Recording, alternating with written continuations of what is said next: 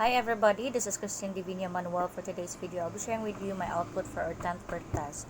His first question was, why is it important to estimate psychological status of migrant groups in host countries? So migration happens for different reasons, and migrants relocate themselves permanently from the origin country to another, either voluntary or forced migration. Migrants are diverse group like economics migrants, students, refugees, asylum seekers, and after arriving the host country, migrants may experience imprisonment, long-lasting asylum seeking processes, language barriers, lack of knowledge about health services, loss of social status, discrimination, lack of social support, and even marginalization. Um, Coping with a new language as well as new and also new political and social context can be extremely stressful for an immigrant. The probability of a common mental disorder occurrence differs significantly among migrant groups. It is important to estimate the psychological status of migrant groups in a host country because some host countries are worried about the presence of infectious diseases in migrants, and screening of migrants has been adopted um, all across the world. Now, second, how can we view migrations as benefits from trade internationally, nationally, or locally? Give example. So, migration boosts economic growth. It meets skill shortages with the country. It helps create a more dynamic society. It increases trade, foster bilateral trade flows, lower transactions for trade, and student immigrant increases stock of human capital and diffusing of knowledge.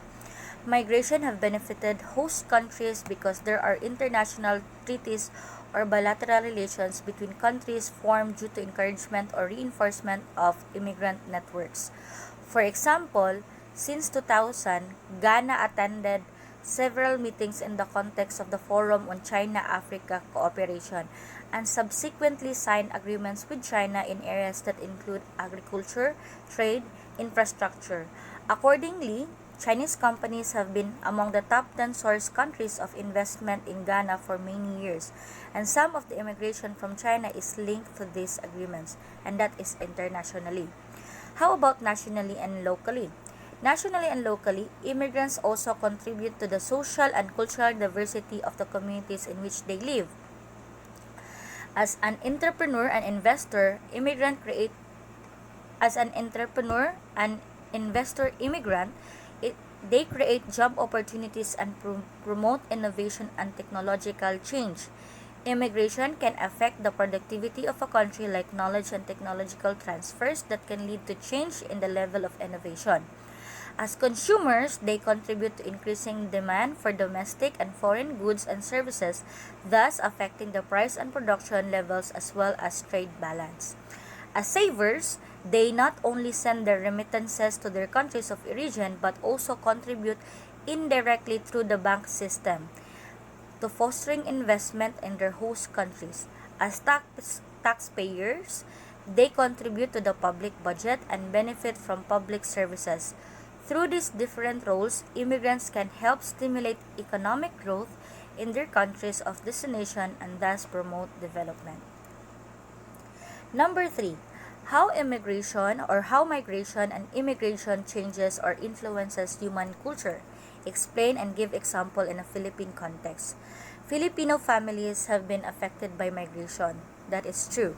Traditionally, fathers pursue their careers and act as breadwinners, but today we are in a period where women are often offered to work outside the family.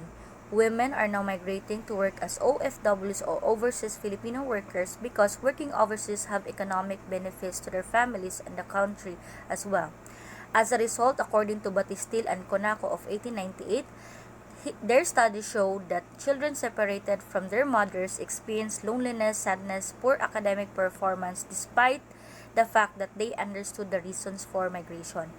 The study also found out that mother-absent children tend to be angrier, more confused, more apathetic, more afraid, and feel more different from other children. As migration continues, cultures become hybridized. Hybridization denotes a wide register of multiple identity, crossover boundary crossing experiences and styles, intensive intercultural communication, everyday multiculturalism, and erosion of boundaries. In conclusion, migration affected not only the traditional family setting, but it also slowly, we are also becoming a global citizen. So I feel like as I feel like this is true, and it affected our it changes our human culture, just like what happened in our country, the Philippines. And that would be all. Thank you for listening, and have a nice day, everyone.